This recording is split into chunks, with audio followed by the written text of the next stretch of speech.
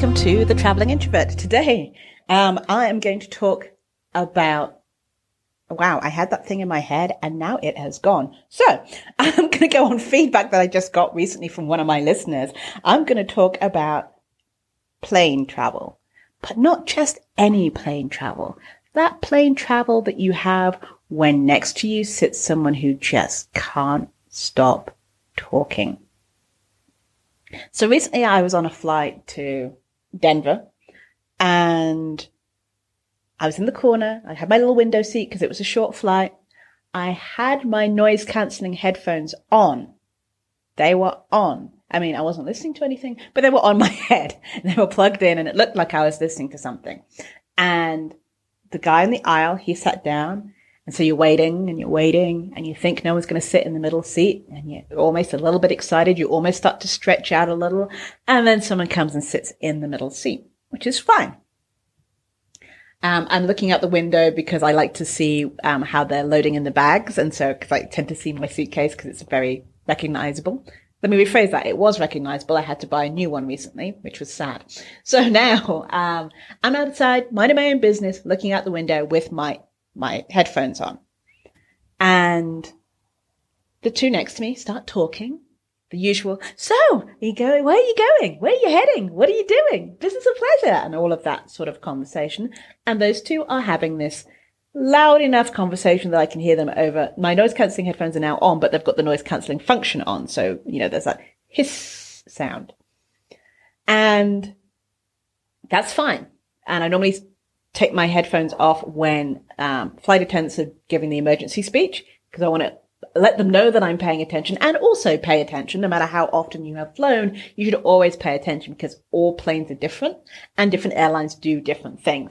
And you want it to be automatic. The thing why they tell you the same thing over and over and over again is because when you are panicking, you need to hit into automatic. And so you need to know it's under the seat or it's this. I need to do that. That's why you hear it time and time again.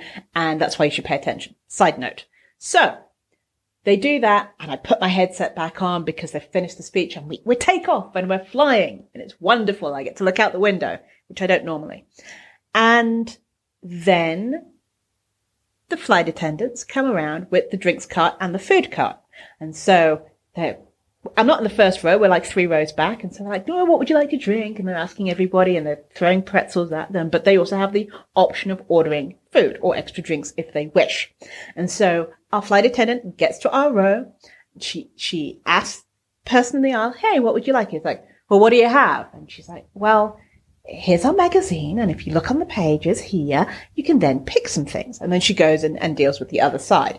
And she comes back. She goes, well, what would you like now? And he's like, I want this thing. And she's like, that's the breakfast menu. If you turn over the page, this. So he picks something. And then the lady in the middle is like, there's a magazine. Oh, let me look at the magazine. Bearing in mind, she had all this time in between. Anyway, she looks at the magazine. In the meantime, the flight attendant asks me what I want. I've already know what I want. I order.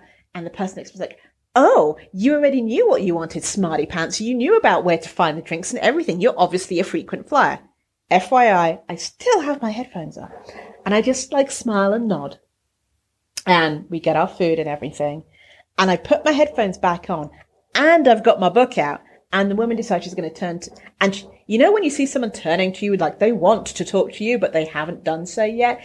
And I literally pick up my book and put it in front of my face to be like, I can't actually see you and I can't hear you. Whether I could or not is beyond the point. And so, but then I did this for most of the flight. I actually slept for some of the flight. But every time I sort of woke up, I could see, you get that sense when someone wants to talk to you.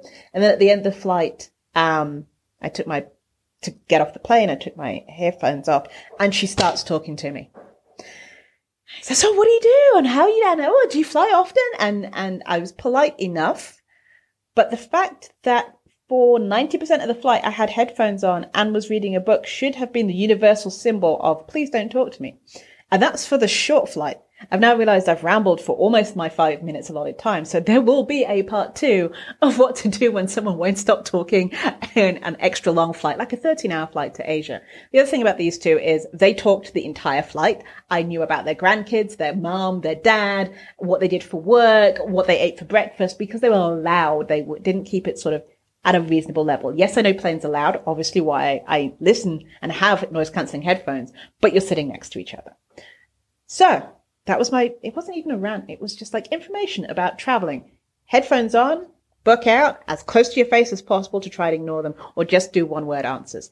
Thank you for listening. This is Janice from The Career Introvert, helping you launch your podcast with minimum overwhelm using workflows and systems so you can recharge quicker.